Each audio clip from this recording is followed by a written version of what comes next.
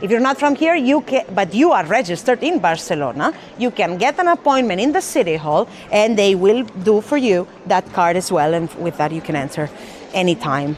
And if you are a resident of Spain, you can do another card called Gaudí Plus, Gaudí Mes, and with that Gaudí Mes, you can enter for free in the park twice per year, which is, I think, enough for somebody from, for example, Andalusia, or my mother from the countryside in the Pyrenees.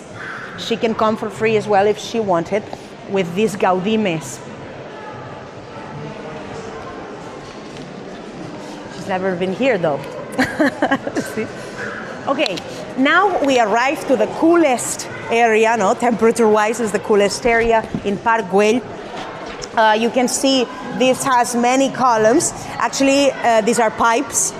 See, when it rains, the water filters through the sand in the square, and thanks to these concave shapes, the water will go inside of these pipes and fill the cistern we have under our feet. So in the times when it's not raining so much, we will have water in Park Güell. What else?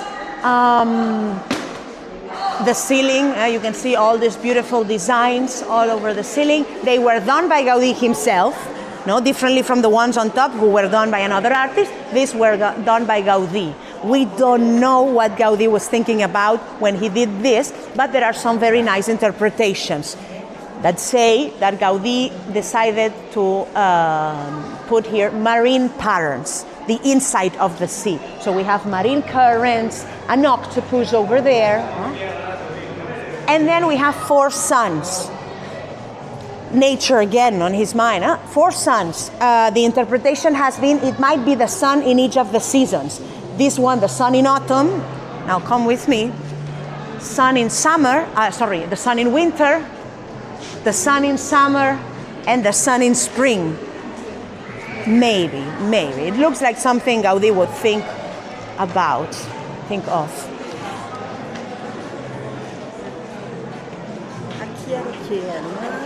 Esto iba a ser un mercado. So the idea of this area was to have the market for all these families living here.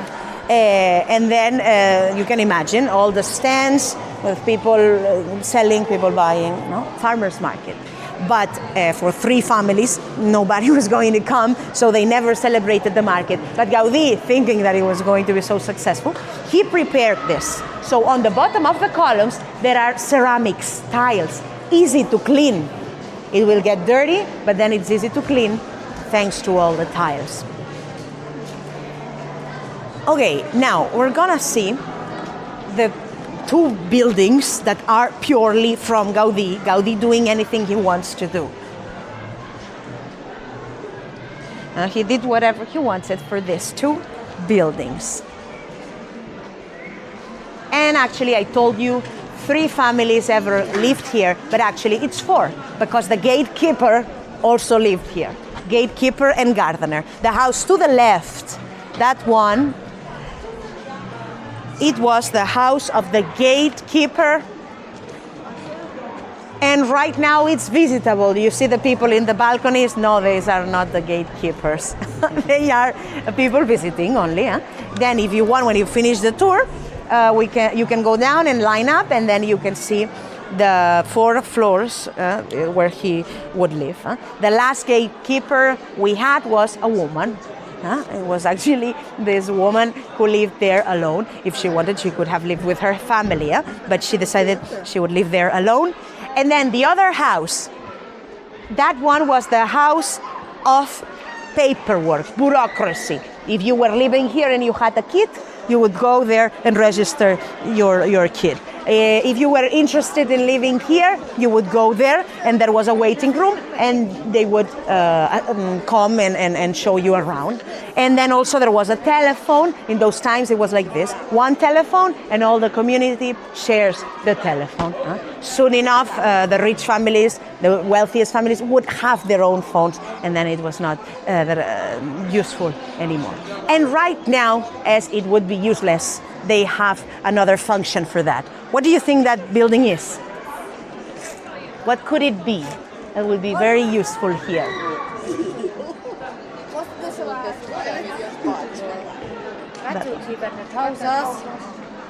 Tu vai descer depois? Sí, vamos a finalizar allí. Ah, tá bem. Pero si desciende toda la escalera, no le van a dejar volver a subir. Ah, tá. Não, Nos quedamos por aquí. Nós só vamos no Perfecto. lagarto ali. Sí. A souvenir shop. Oma, very useful. Souvenir shop. Huh? Oh. So now we want to meet the most famous animal here, the salamander of Park Güell. We don't know why Gaudí decided to put this animal here, or we don't know what it is, because it looks like a dragon, it looks like an iguana, it looks like a salamander. We don't know what it is. He never told us. But there is a very nice interpretation regarding. Okay, so Gaudí struggled a lot to live. When he was born, he couldn't breathe right, and the doctor said that he would not make it, but he survived. And then for the first 7 years of his life, he suffered from a very severe case of rheumatism in his bones. So for a long time, he had to be at home all the time, and he felt, he heard the adults saying that he wouldn't make it, but he made it and made it and made it. Also, as an adult, he had a very weak health. Again, an artist or an intellectual who was ill as a kid and then decided to make the most of his life. Frida Kahlo, Nietzsche, I don't know how do you pronounce it. Gaudí is another example. There are many. No? In this case, what I was going to say is he felt like a true survivor of life. And the salamanders, whenever there is a fire, they're the first ones to escape. They're always running, being chased. They are true survivors. And some people say Gaudí felt identified with the salamanders because of that. He felt he was a true survivor as well. And he would hang around, and that's maybe the reason why we started saying salamander. He would hang around with a hat and a little salamander made of tiles attached to the hat. Which is, I think, pretty cool style, but also maybe it shows that he felt identified with the salamanders. That is the theory, local theory, of why we have a salamander here. But there are other theories. Also, some people say it might be the dragon. We can go down if you want, and I'll continue here. Some people say that might be the dragon of St. George. But there is a very nice interpretation based on deep studies that create a relationship between Gaudí and the Greek. And as I'm the tour guide, I should be the one who studied and everything. I need to tell you that one. They said Gaudí was inspired on the Greek to do this main area. You saw there something that looks like a Greek temple. On top, you saw a Greek theater. And the washerwoman, she was a Greek Doric sculptor. So was he inspired on the Greek? Maybe. And what kind of temple is this? In this theory, that would be the temple of Delphos. There is an area in Greece called Delphos, where the story said that the god of the sun, Apollo, and we saw the suns, I remember. So the god of the sun, Apollo, he slaughtered a dragon, and then they could build a temple there in Delphos honoring Apollo. The temple of Apollo in Delphos would have an oracle who would do predictions for the people who came. And the oracle would use a tripod like that round structure there with 3 sides to see future, past, and present. And people like Hercules went to Delphos to have their predictions made by those oracles. And here we have the dragon, the tripod, and the sons of Apollo. No wonder it's been studied, and analyzed, and then it's been created this relationship between this. Now, let's get here, and we will finish the tour there in the shade.